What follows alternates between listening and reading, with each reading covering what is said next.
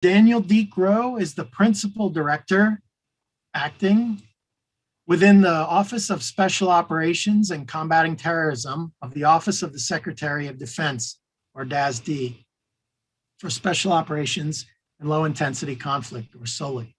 In this capacity, Deak serves as the deputy to the DASD. He focuses on integrating and broadening cross-DASD collaboration, representing the DASD ship in inter-OSD, that's Office of Secretary of Defense, discussions and processes. So without any further ado, ladies and gentlemen, I'm going to stop sharing my screen and I will turn it over to Deak Roh. Deak, it's a pleasure to have you here today. And we turn it over to you, sir. Thank you. Thank you, Lumpy. Good evening, good morning, good afternoon, wherever you happen to be in the world. Am I coming across okay? Yep, everything's okay, good. Okay, good to go. Okay, yeah, as Lumpy mentioned, I'm the acting principal director in the office of the DASD SACT. In that role, and in that office, we cover a variety of issues: irregular warfare policy development, allied and partner special operations engagement, and of course, combating terrorism policy, among a few other portfolios. So I serve as a civilian who provides advice up the chain to our senior leaders, to include our Secretary of Defense, in these areas. I'm very excited to be speaking today to this group. I am a huge fan of the mission of APCSS. In fact, our office supports APCSS in a variety of areas. I think many of the participants today have been students in RDFP programs, Regional Defense Fellowship Program studies, formerly known as Combating Terrorism Fellowship Program studies. So again, very happy to be here and excited to be speaking in a series of lectures and on a panel with Colonel Dave Maxwell and with Ms. Raquel Garbers later on this evening, both of whom I have a huge amount of respect for. So today I'm going to be discussing from a practitioner's perspectives the concepts that this workshop is kind of working through. I'll set up front that my discussions is really focused on how we are building policies and practice within the department. So I'm going to be focused more on doctrine than theory. For the purpose of this discussion, I'd like to offer you some perspectives on the foundational aspects of how the Department of Defense is approaching these issues. From there, we can discuss the specific modern challenges posed by revisionist states, why they are choosing an asymmetric approach to how they compete with the United States and others, and what we should be doing to focus on mitigating those challenges. So I'll be discussing some of the work that we're doing back in the Pentagon to address the unique characteristics of what DoD calls irregular warfare in the modern era, which is often referred to, as noted in many other circles, as hybrid warfare, gray zone activity, asymmetric warfare, etc. I'll deal with, I'll discuss how we view those terms and that sort of proliferation of terminology. Okay, so what is irregular warfare? We use this term primarily because the Department of Defense recognizes only two forms of warfare: traditional and irregular. Give me 1 second while I bring up some slides here.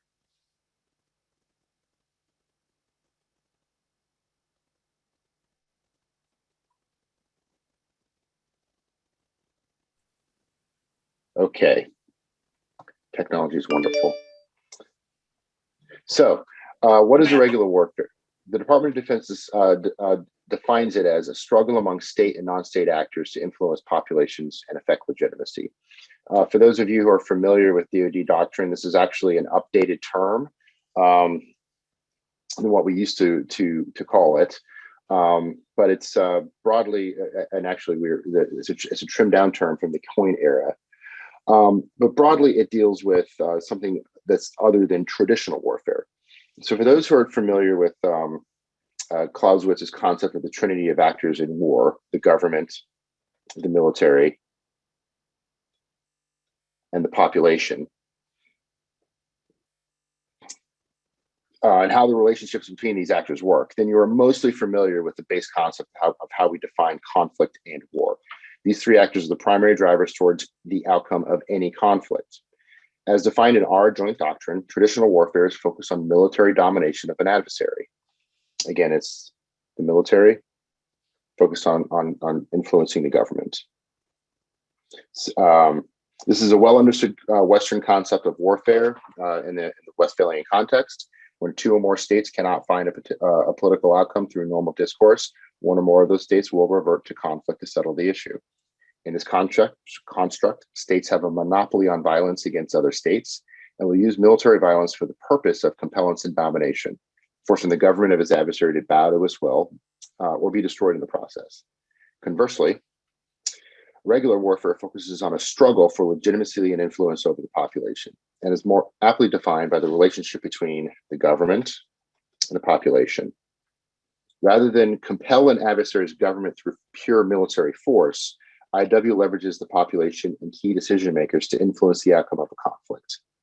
While this form of war certainly involves the military, after all, we are still describing war, the center of gravity for regular warfare rests in seeking legitimacy relative to an adversary, thus compelling a state or increasingly non-state actors to accept an adversary's will through the erosion of its own political resolve or by losing the support of the population. To be clear, this is not a soft war, and it certainly is not war absent violence, examples being COIN and combating terrorism that we are all very familiar with. Regular warfare still seeks to compel a political outcome unachievable in normal diplomatic or political discourse. It is well within Clausewitz's conception of war, of the role of war in international relations. However, given that IW focuses on a more indirect approach to conflict and opens up populations as an active participant in conflict, the concept of irregular war allows for more flexibility in its application and scope. And by its very nature, increases the complexity of the dynamic between actors engaged in such a conflict. So, with these two forms of war recognized by DoD, let's discuss DoD's doctrinal description of regular warfare. Forgive me as I flip through the technology here. Okay. So, as noted, DoD defines IW as a struggle among state or non-state actors to influence populations to affect legitimacy. So, again, kind of an updated definition from our previous definition in the COIN stabilization era that we experienced in Iraq and Afghanistan, during which time we described irregular warfare as a violent struggle over relevant populations. The core missions in our conception of IW are by themselves very familiar after nearly 20 years of constant conflict against VEOs. The common perception tends to be that these missions are optimized only for the era of GWAT, a global war on terrorism. Sorry, we're not seeing your slides. If you're sharing your slides right now, we're seeing a different screen. Sorry. Yeah, it's okay. There, are we back? Okay. We see you now. Okay, good. I'll come back to the slides in a moment. Okay, so if you consider the enabling activities that have long been associated with regular warfare, you'll notice that not all of these are core warfighting missions, but rather look a lot like law enforcement, intelligence, security cooperation, diplomacy. Thus, irregular warfare has a dynamic that is not just military. It cannot be just military in order to be successful. So what then is the role of irregular warfare in our new emerging great power paradigm? And how is it applicable to the asymmetric challenges that we're going to discuss throughout this conference?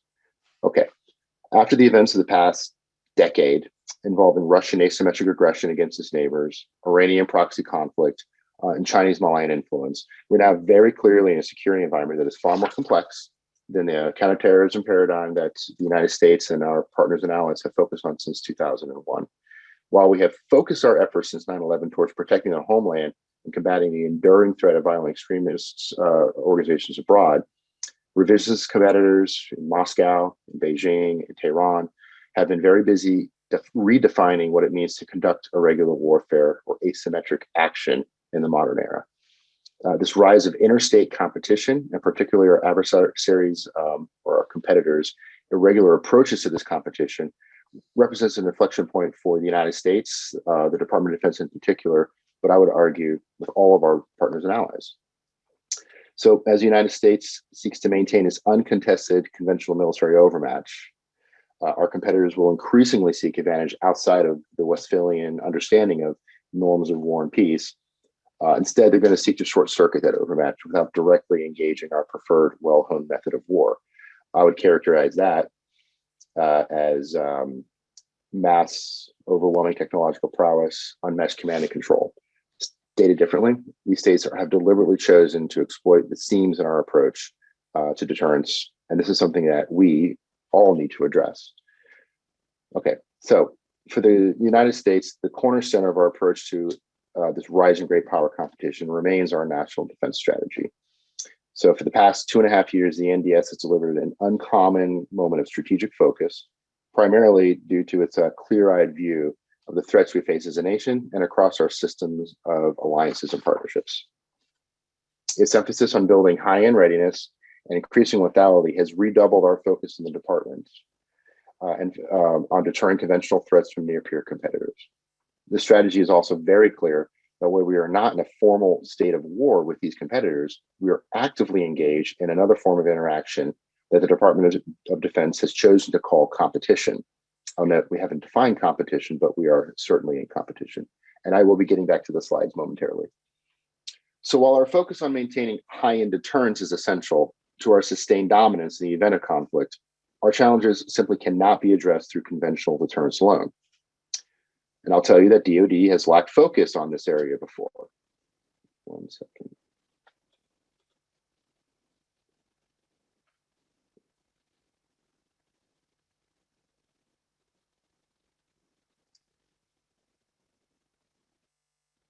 So this is a slide that I used to brief General Mattis and then Secretary Mattis and the Deputy Secretary Shanahan when we were developing some of this work.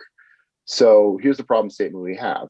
The reality is irregular warfare is a persistent and operational reality. In fact, most conflicts are irregular in nature. The United States, from our perspective, we have looked at irregular warfare in what we call a boom-bust cycle. What that means is in conflicts such as Vietnam, Iraq, and Afghanistan, we are slow to recognize the asymmetric or irregular nature of these conflicts. We quickly ramp up our capabilities to meet those challenges. And all too often, we dump those capabilities before we find full success. And unfortunately, we did see this in the case of Iraq in 2011. And finally, irregular warfare has a role in competition. It always has. These are not new concepts. If you think back to the Cold War, if you think back to European competition in the late 1800s, while a lot of it was conventional and conventionally focused, the fact is the role of whole of government is critically important to that competition. So if you don't deal with those three problems, you end up with the result that your investment and your activities are driven by your adversary's efforts rather by meeting your own objectives. So that was a problem that we were tasked to look at and overcome after the National Defense Strategy was signed in 2018. Okay, so how does IW really relate to competition? So here is a box that I like to use. It's a 2x2. It shows that, again, we look at traditional warfare and irregular warfare. Then there is this thing called competition. So the National Defense Strategy does a great job of talking about lethality, readiness, and partnerships and alliances in looking at those issues. When you add all that up, that is the good old-fashioned term conventional deterrence. National Defense Strategy also talks about a lot of other things: malign influence, use of proxies, organized crime. These are problems that a lot of folks in this forum are used to seeing and trying to figure out what to do about. But the National Defense Strategy didn't really hone in on exactly what we should be doing. So in the Department of Defense, we wrote another document following the National Defense Strategy called the Irregular Warfare Annex. And what that did is a document that you can look up the unclassified version online. We can provide that later in the week. But it closes out that box and talks about what the Department of Defense should be doing in the less traditional competition phase to deal with all those problems we just discussed. So we call that proactive competition. And our focus in that proactive competition is controlling the tempo of that competition.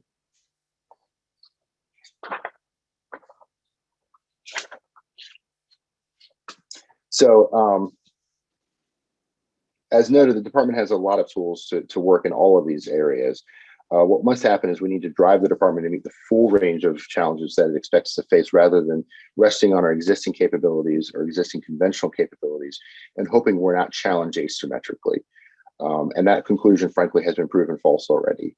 Or we also must avoid wrongly accepting that we've already been beaten by threats if we are not comfortable in practice in mitigating those threats. So rather, from the Department of Defense's perspective, we must take stock of the unique skills we've obtained in the long counterterrorism fight, such as our ability to find, exploit, dismantle threat networks, our hard-won proficiency in the information environment.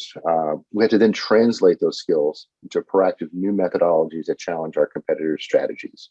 We need to shape that environment to our advantage and frankly, reframe our concept of irregular warfare as a key pillar to our approach to near-peer competition. Okay, so I'd like to address the title or some of the topics of this conference and discuss what is gray zone and asymmetric and hybrid in our view. Okay, so I should note from the Department of Defense perspective, we don't use the term hybrid or gray zone. They're just not in our terminology. They're not incorrect terms or concepts. They're simply not written in our doctrine. But we are not, incapable of thinking outside of our rigid boxes here that I've drawn out for you, for the most part. These terms seek to describe a perceivable phenomenon that is evolving and it's amorphous, but clearly different from our long-held understanding of how nation states and increasingly non-state groups engage in conflict. These terms are useful in that sense. In our work in the Department of Defense, frankly, we sought to hone in on how the phenomenon of hybrid warfare and gray zone activities interact with our own rigid doctrinal view of war. So let's discuss that. We assess in the Department of Defense that the gray zone most accurately describes the willingness of our adversaries to deliberately blur the line between competition and warfare to achieve advantage, including through the use of limited violence if necessary. Activities in the gray zone, as that gray ellipse in the middle of the screen, are purposefully designed to obfuscate, or confuse military and non-military activities and their intents. These activities are meant to create a non-traditional path to political outcomes outside the normal political discourse between nation states, as in what war is, to include the increasingly outdated concept of Westphalian concept of war at all. So utilizing a tailored mix of all the tools available to a state that state seeks to achieve its aims without going into a full-blown traditional war. Throw out some examples. China's use of lawfare, Russia's weaponization of disinformation in support of achieving military gains. But most importantly, gray zone activities are designed to achieve discrete objectives without triggering a conventional military response, preferably while also confusing an adversary, frankly, us in many cases, of what that proper response should be. So let's talk about hybrid warfare. Okay, so on the other hand, hybrid warfare is simply the application of traditional and irregular approaches in war or conflict, if you will, to achieve a state's objective. Okay, so this concept actually aligns with the U.S. joint doctrine somewhat, which we have long held the notion that military campaigns have elements of both traditional and irregular warfare. What is different about a hybrid strategy to conflict is that this approach intentionally blurs the level of military and non-military activity across the spectrum of war and competition. And again, it's focused on delaying or stymieing an adversary's understanding of action, intent, and what the right response should be. As an example, the Russian snatch and grab of the Crimean Peninsula is an example of what we think is hybrid, in that it employed a primarily irregular approach, information operations, diplomacy, finally little green men, that was very quickly and closely backed by a conventional force takeover of the Crimean Peninsula. So if we view hybrid war and gray zone activities in this manner, this figure is very telling as to the challenges posed to us as a nation and to many of the nations represented in this conference, and specifically to the Department of Defense, to people like me. As a department, we've exhibited a natural preference for the familiarity of the high-end war fights. So we want to be very good at being here. We like to live right in that top right-hand box of conventional deterrence. This is where we prefer to spend most of our peacetime, so that when required, we can dominate in traditional warfare. When forced to fight in a regular campaign, such as in Vietnam, as noted before, such as the insurgencies in Iraq and Afghanistan, again, we're very slow to kind of recognize the nature of that conflict we find ourselves in. And we end up investing very heavily in this box down here. And in the first first opportunity, we, as a nation, as the United States, want to flush those capabilities in order to get back to our comfort zone of high-end military activities and conventional deterrence, again, so we can dominate in the warfare. Okay. We're just not comfortable as a department and not structured to work in the fluid environments between these rigid boxes where our enemies do like to live. Well, from the perspective of my organization, and increasingly the Department of Defense, we need to get better at living in these gray areas and these ellipses, because this is where we're being challenged. The whole point of a hybrid or a gray zone or an irregular approach is that you never want to get above that line, because that would trigger a conventional response, right? So our adversaries have become very comfortable at operating in these ellipses where we are not comfortable, where we are traditionally, doctrinally, organizationally not set up as a department or as a nation to operate. Now, here's what makes it most complex. I've been talking about the Defense Department, and this is mostly about, this box here is mostly about defense interests. The fact of the matter is that if you are adept at working in this box as a nation, then you are adept at using all of the tools available to you as a nation state. You're adept at using diplomacy, information operations, intelligence, your economy, your civil society to work those themes and frankly, create effects that have military implications without having to resort to full-blown war. And yes, military application, the application of military capabilities is there, but it's more in a supporting role. For those of you who are familiar with the Gerasimov doctrine, I throw this graph up here. So this is largely attributed to former Chief of Defense of the Russian General Staff, Valery Gerasimov, as he describes what conflict looks like in the modern era. If you look below, okay, so the upper graph is basically something that many of us are familiar with, the phasing construct of conflict. A little bit different than how the US views it, but largely, a conversation on that graph about the phases of war. If you look below at all of the measures that a nation state needs to bring to the table during that conflict and how it is arrayed during those phases of conflict, note that Valery Gerasimov's concept here has far more non-military measures than military measures.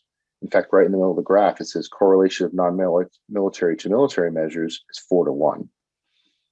This is an asymmetric or an irregular warfare campaign on one slide. What I think is also most interesting and something we should touch on throughout this conference is if you look in the middle of the non-military measures to military measures, there's a box that straddles both. Conducting information operations.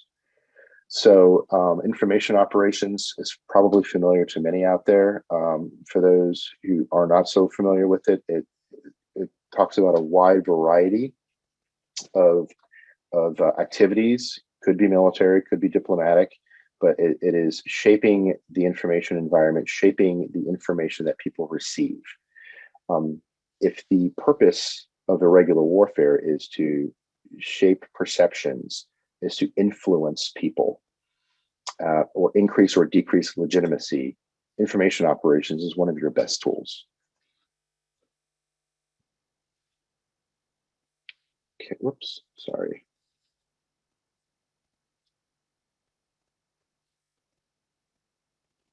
Okay, so we need to get comfortable with this new reality, and we need to learn how to compete and dominate on this playing field, not just the conventional playing field that the US military and many other militaries prefer. Until we do so, our ability to effectively compete with our near-peer competitors in a manner that is until we do so, we will not be able to compete with our near-peer competitors. And that is, in my view, actively eroding our security, and our ability to deal with those challenges will be stunted. Okay, I should note here, the term near-peer or near-peer competitor, near-peer adversary is a very important concept for us as the United States. Part of our mandate is to frustrate our adversaries' efforts to gain conventional military parity, because frankly, they are not on par with us yet.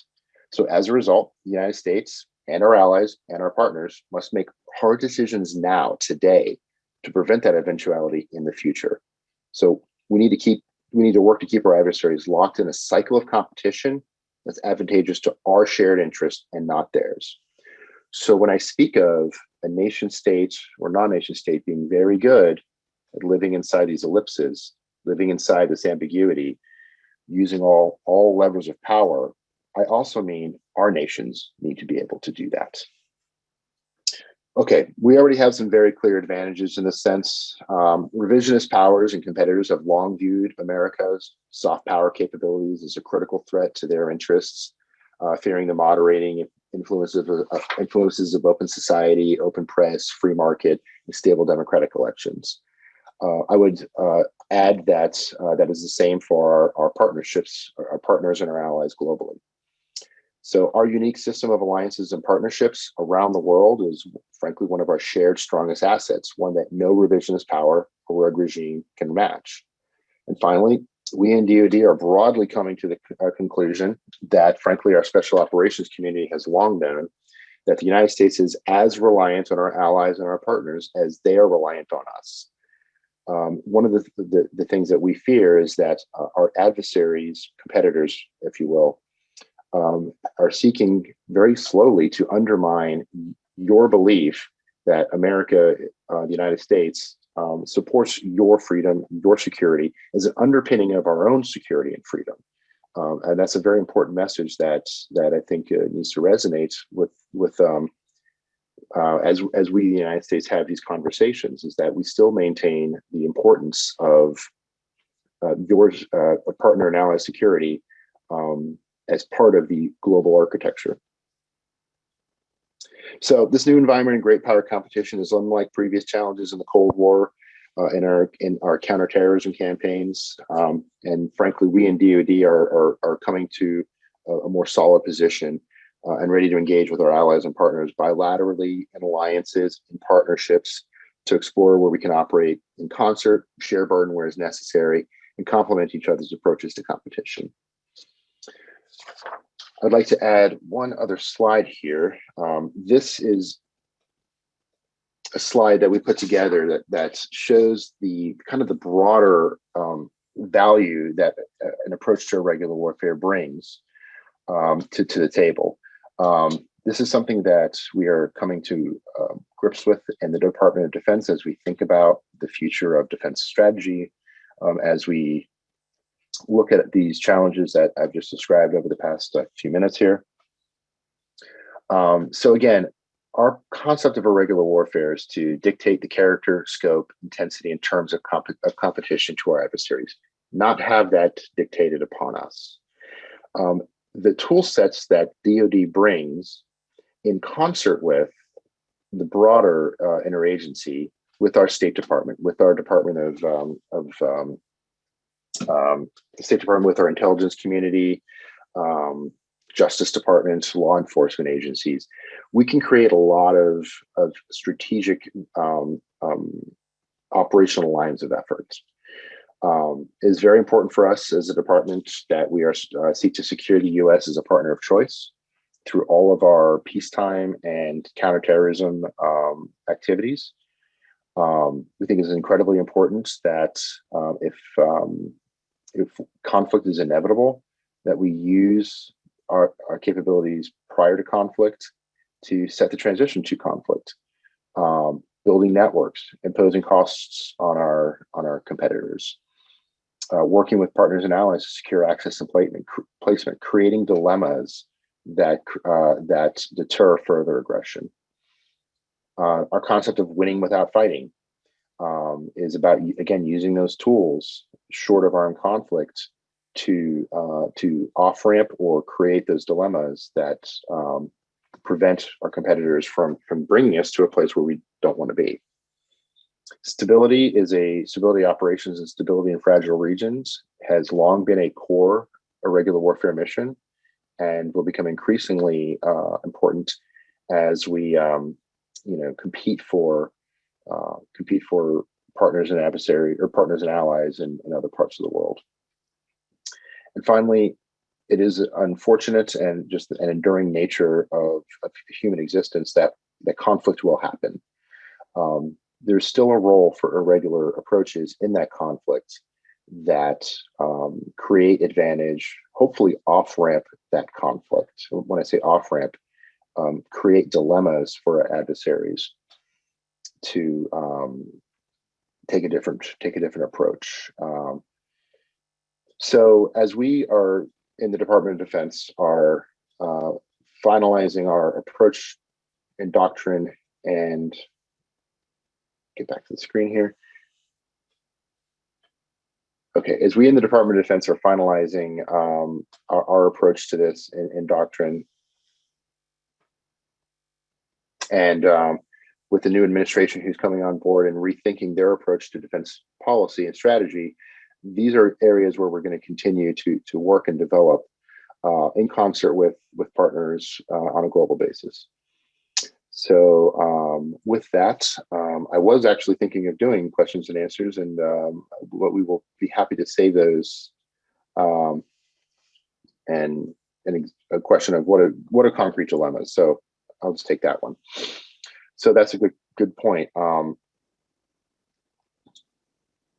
For instance, I talked about partners and allies being one of our most important assets. A lot of the malign influence we see from competitors like Russia and China are really focused on undermining their belief that the United States or its other alliances or close partners will provide a security guarantee for them. That's something that we see a lot of in the NATO context. Other dilemmas I think that are important to think about is undermining a civil society through subversion, through malign influence, is something that can be avoided. We think a lot about in the Department of Defense about helping countries create what we call resilience. Resilience is the ability for civil society, governments, institutions to push back on or not be undermined by that malign influence. Resilience done properly can be resistance in the face of crisis or conflict.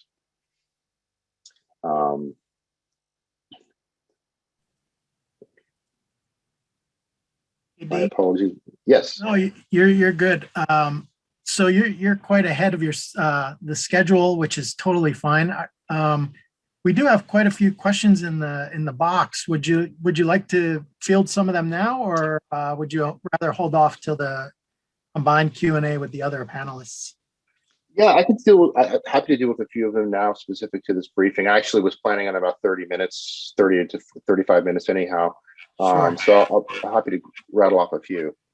Yeah, I'll throw some of them out. We've got them written down. Okay, let's just go down the list. The term competition indicates there is something to win, yet we also use the term free and open. Which is it? So I noted earlier that DoD has not really defined what it sees is competition. I don't see it as necessarily something to win. I see competition as something to. Um, uh, there's a SOCOM uses a great term. I think it's started by a gentleman by the name of Joel Sinek, called the infinite game. Um, the purpose of competition is to continue to compete. Think about it as a business venture. A company like Amazon um, or its competitors are not trying to end the game. They're trying to continually compete, continually um, uh, observe the environment, adapt to the environment, get more customers, and just continually grow its business.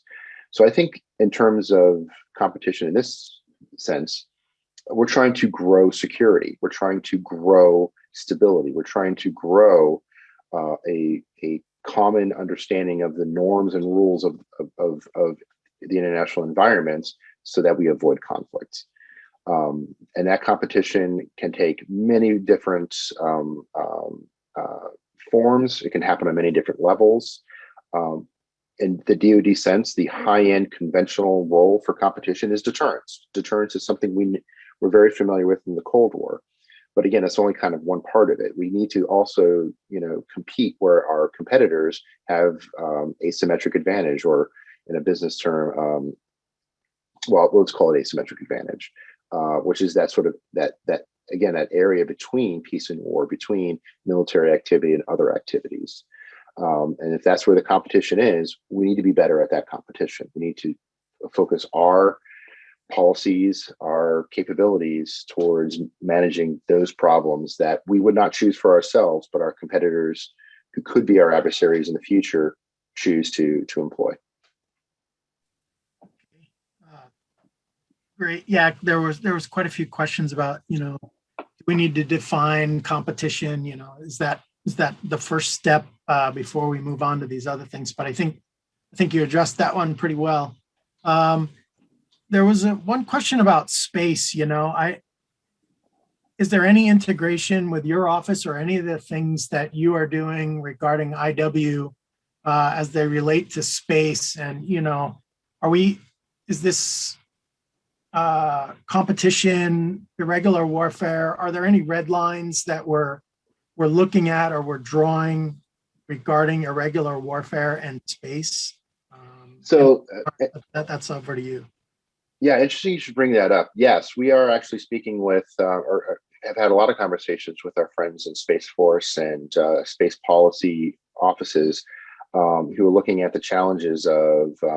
So, what's interesting about irregular warfare, these asymmetric issues, is that they tend to be very low end in terms of the threat spectrum, but they can very much involve high end capabilities such as communication satellites, such as the ability to degrade communications or surveillance satellites, and what does that do to our understanding of the security environment? So yes, so a high-end capability that could, quote unquote, blind the United States for a period of time creates opportunities for a malign actor to do something asymmetrically. I don't know, take over an island, take over, or prevent sort of the transmission of information that's truthful, that's necessary, or frankly, take over government communications or government broadcasts for a certain area, and allow activities to happen in that area without the United States or others understanding what's going on. So yes, there is absolutely an overlap from what we're talking about here and some of our high-end space capabilities. We'll leave it at that. Okay. Here's one question that I've actually got for you. So the new that interim strategic security guidance that came out from the White House this week, I noticed that it refers to gray zone. I have it right here. Yeah, it's an interesting document. it refers to grave zone, counterterrorism, unconventional warfare, but not IW. Is that deliberate? Was that deliberate that the White House is using gray zone terminology and I UW, will. UW I'll, or yeah, I'll be upfront. It was a mistake. It was something we were trying to edit, frankly. However, it's not necessarily incorrect. And again, this is an interim document. This is a kind of a baseline to grow from. What is important is the recognition that these issues, that gray zone, that asymmetric challenges, must be addressed. It is something that I think we need to, as a nation, as we develop the next national security strategy and the next national defense strategy, continue to pull those threads through our entire thinking on what is the role of the Defense Department in American security, and how are we going to best posture, invest our capabilities to meet those challenges. But yes, it was sort of a glaring change in some of the words, but we will adjust that going forward. Okay. All right. Here's another question. What is the role of unregulated social media? And also, are we to believe that IW is exploiting socioeconomic imbalances in nation states? Those are kind of two separate questions, actually, but they were combined as came in. So and frankly, they're interrelated issues, or they can be interrelated issues. Right. So as an American, I believe completely 100% in the role of free speech, and as somebody who grew up in the early stages of the internet era, believe very strongly in the open, free use of the internet and the social media platforms that exist. However, that said, these social media platforms are clearly platforms that can be used for malign influence, for malign purposes, to spread disinformation, to create malign influence. This is a difficult conversation for nations to have. And I know that the social media companies such as Twitter and Facebook are struggling a lot with how to deal with this phenomenon. And the understanding that, yes, bad actors and some nation states can very much use social media platforms to kind of advance their interests, or support advancing their interests, sometimes military interests, through the use of those platforms. It's a conundrum. It's something that I think we as free and open societies need to think about. The role of socioeconomic conditions, I think that is absolutely an area that can be exploited for ill intent. That sort of capitalizing and exploiting upon sort of the discontent of populations, the negative economic situations they may find themselves in, and using that discontent and that anger and that sort of sorrow for poor economic situations, and weaponizing it, often through the use of information, often through social media. I think that one of the fascinating advancements of the 21st century is that there is access. Smartphones have access globally in parts of the world that still don't have clean water, yet you have access to global media. That is a powerful tool for helping keep global populations connected, but it is also, frankly, a vector for malign influence. And so those issues together create a powerful incentive for some malign actors. As an example, and I won't use countries, I'll just use broad examples. If you have a population inside of a country that you're trying to undermine because you border them, or you want to exploit their resources, in the old days, you could invade them with your military, but that is in the international environment simply not acceptable. Another thing you could do is convince the vulnerable population inside that country that their government is not treating them well, or bringing them the prosperity that they are owed or should have, and that they should rise up and challenge their government. And that then all of a sudden you have a weak government that is easily exploited for their resources, that is easily manipulated, sometimes easily taken down.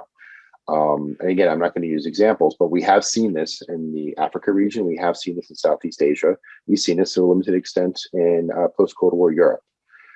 So those are real scenarios and real problems that again, a malign actor can take advantage of. And again, we, the United States and other like-minded nations, should take note and help those nations create resiliency and sort of build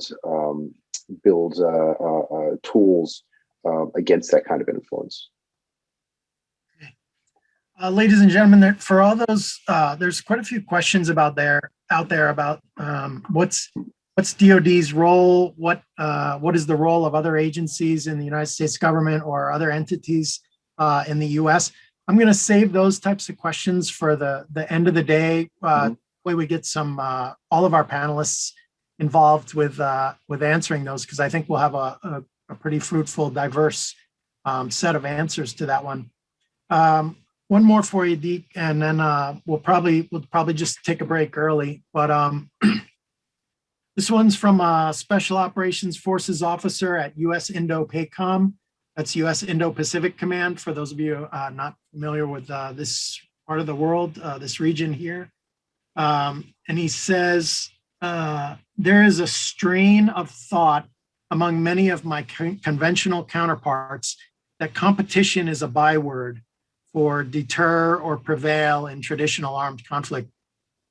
What would you say to those who think that DoD's approach should be to exclusively do only what we can do, deter, win wars, instead to what you are saying now, which is this, this role for irregular warfare? Is this DoD's role? If it's not, then whose? And again, we're getting into whose roles or whose, and I'd be interested to hear our other speakers talk to that as well. But any thoughts on that one? Yeah, absolutely. And yes, Dave Maxwell will address this probably far more articulated than me. But this is an argument that I'm very familiar with, and that many in the Department of Defense believe that we should just do high-end conventional deterrence. The argument against that is not where we're challenged. When our potential adversaries are conventionally deterred, and in my humble opinion, they are, from high-end conflict, then they are naturally driven towards the seams, towards the edges, towards an asymmetric approach, as outlined in those boxes. And that's that is our theory of the case, is that you must have a foundation of conventional deterrence. None of this matters if you don't have conventional deterrence. If you fail in that sense, then what you have is a fractured multipolar world where large nations believe they can gain what they need or gain what they want through high-end war. We don't want to live in that world, and we don't. We are the United States is doing what it has done since the end of World War II. It is trying to provide that global stability to ensure those norms are intact. Again, our adversaries are not content with those global norms, are not content with the structure of the international environment, and will seek other ways to undermine it. And if we as a Department of Defense are not prepared to meet those challenges, we're going to show up to a war that doesn't happen. Okay, or we're going to fight a war that we shouldn't, or we're not going to go into a potential conflict at greatest advantage because our adversaries, in whatever scenario you want to discuss, are busily eroding our placement and access, our natural advantages, i.e., our partnerships, are slowly understanding ways to short circuit our conventional advantages, such as lines of communication, such as large industrial movement of material. If we cannot fight our preferred method of fighting a war, how could we possibly win? And that's part of what the irregular campaigns of our competitors are doing. But it gets back down to the basic premise. If our competitors can't win a war against the United States, why would they fight one when they could seek other means to slowly, meticulously erode our advantages and build theirs and gain what they want? As an example, happening in the South China Sea today, with the People's Republic of China building islands in disputed territories to say, well, we have a landmass there now. It didn't exist a few years ago. It exists now, and we're there. That is, and oh, by the way, we're going to challenge all of the conventional, law of the sea that other nations follow, because we don't care. It's a terminology the term that we use is lawfare. They're using, discrepancies in international law, or simply ignoring international law. And what do you have? A conventional problem in the form of a Chinese military base in the middle of the Spratly Islands, where it didn't exist before, that can project power. So that's an example of slowly, meticulously eroding through an irregular approach our conventional advantages. Okay, I got one more for you. This one is specific to the IW Annex. That came out. What month? What month was that? So it came out. The classified, the internal government version came out in 2018. We released the unclassified annex, which I have right here, in late 2020. You can look this up online, or we can possibly provide it, Lumpy, through. So my office was the Office of Secretary of Defense lead for developing that document.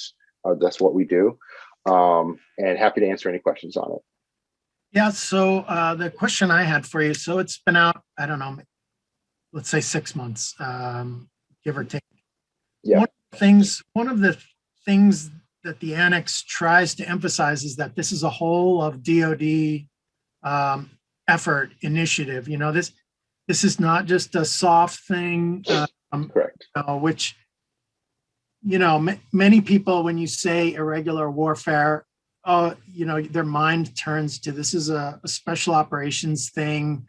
This is one of those counterterrorism things, So the annex emphasizes that this document is for everybody. All of DoD needs to embrace this, and they need to figure out how to integrate these ideas that we've talked about here, that you've talked about here today, into their everything from their tactical to their strategic guidance and documents and policies. My question to you is, how successful has that effort been? I'm talking, are you getting feedback from the Navy and the Air Force and the conventional components of these other services across all the services? Their buy-in to this new guidance, which came from your office, from OSD, telling DoD to get on board with this. So I'm just curious, how has that been received, and have they moved forward with that? Right. So it is an interesting conversation with the services, the Navy, the Army, the Air Force, whose incentives, their financial incentives, is to build large formations and ships and planes and that kind of thing. But increasingly, it is gaining traction, and there is an increased understanding. The fact of the matter is that, yes, special forces they naturally live and are naturally adaptable to these kinds of concepts, that they live in an interagency environment, that they live this sort of ambiguity.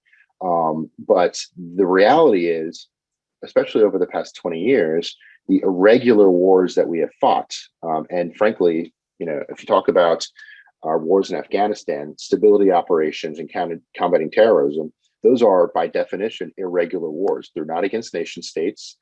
It's not about domination of a government. There is no government. It is about influence and legitimacy. So we've been fighting irregular wars since 2001. And the vast majority of that has been conducted by our conventional forces, not special operators. So the reality is that conventional forces and those services will be operating in an irregular environment in a regular manner, as in not fighting a nation state most of the time. Uh, Now, they must be prepared. Their number one job is to be prepared to fight those high-end wars. But we don't get to choose the challenges that are presented to us. And I like to tell my service colleagues, we don't get to choose the missions that the President of the United States tells us to embark upon. So we have to be capable, ready, willing to execute those non-conventional, asymmetric activities when called upon to do so. And I definitely, my team definitely makes that case a lot. I think we're gaining traction, but the cold reality of the world we live in is what really is making the difference. That people are beginning to understand that this complex security environment that is shaped by, in many ways, by our adversaries' conventional undermatch, or our adversaries' conventional weakness compared to the United States, is what shapes the irregular challenges going forward.